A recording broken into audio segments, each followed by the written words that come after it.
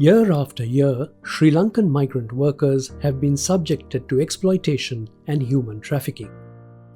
But if you thought that human trafficking only occurs when persons leave their home country, then you need to think again. In fact, human trafficking can occur within a country too. Sri Lanka is not an exception. For example, women in rural areas in Sri Lanka are also deceived into sex work in more urban areas within the country.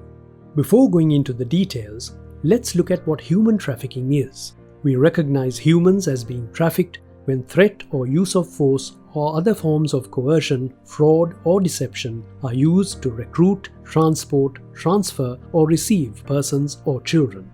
These acts are done for the purpose of exploiting a person for forced labor or servitude, sexual exploitation, and/or organ harvesting. Trafficking can happen in different ways. From Sri Lanka to another country, or from another country to or through Sri Lanka. But that's not all, since trafficking can take place within Sri Lanka as well.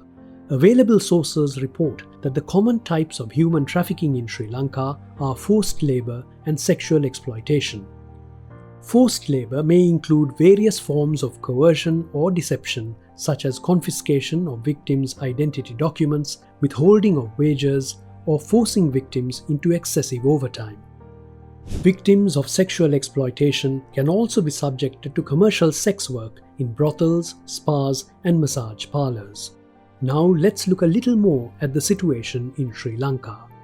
Generally, migration within Sri Lanka is common, from rural to urban areas for work in the construction industry or garment sector within the free trade zones.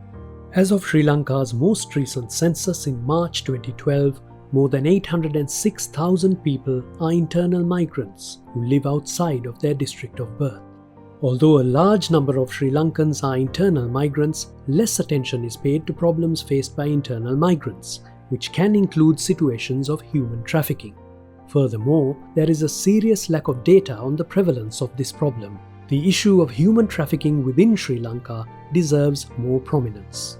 Increased knowledge and understanding of this problem will be the first steps towards solutions.